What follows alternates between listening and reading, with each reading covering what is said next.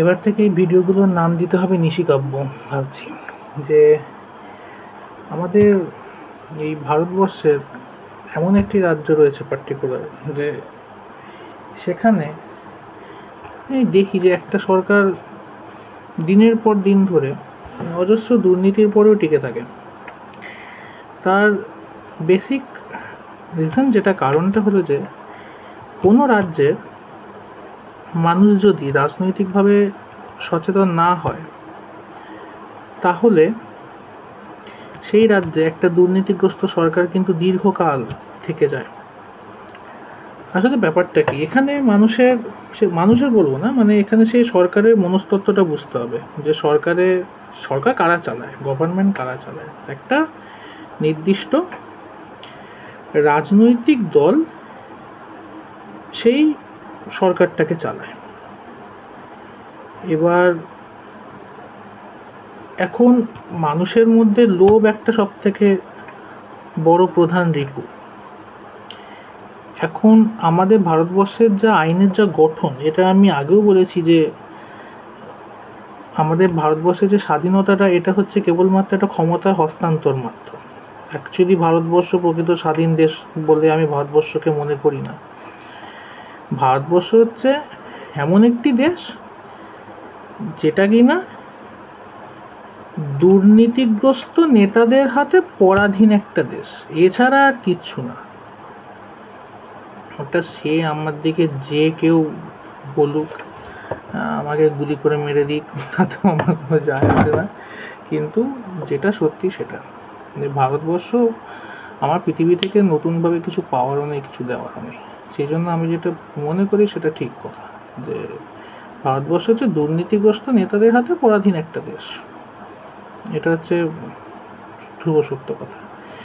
এখন এবার কি হয়, যে পার্টিকুলার সেই রাজ্যটাতে, যে রাজ্যটা সম্পর্কে আমি বলছি, যে একটা সরকার মানে দীর্ঘদিন ধরে 10 বছরেরও বেশি সময় ধরে মানে রাজত্ব করে যাচ্ছে,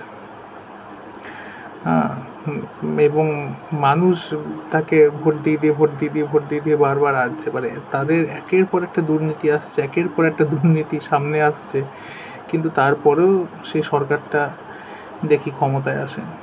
আসলে এখানে বিষয়টা কি হয়, যে কোনো একটা সরকার মানুষ যখন রাজনৈতিকভাবে সচেতন না হয়, 1 নম্বর পয়েন্ট, মানুষ যদি রাজনৈতিকভাবে সচেতন না হয়, আর মানুষ যদি বারবার একটা দুর্নীতিগ্রস্ত সরকারকে যদি ভোট দেয়, তখন সেই দুর্নীতিগ্রস্ত সরকারের নেতাদের মধ্যে একটা আত্মবিশ্বাস চলে আসে।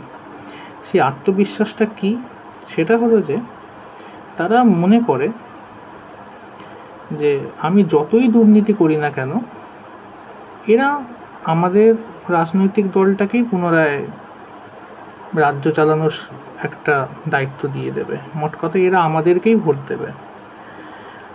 অর্থাৎ এরা কোথাও না কোথাও এরা বিশ্বাস করতে শুরু করে দেয় যে আমি যেহেতু দুর্নীতিপরায়ণ, কোথাও না কোথাও আমার দুর্নীতিটাকে এই রাজ্যের মানুষরা সমর্থন করছে বলেই তারা ভোট দিচ্ছে। এটা তাদের মনের মধ্যেই ধারণাটা গেঁথে যায়। সেই কারণে তারা যা নয় তাই করে।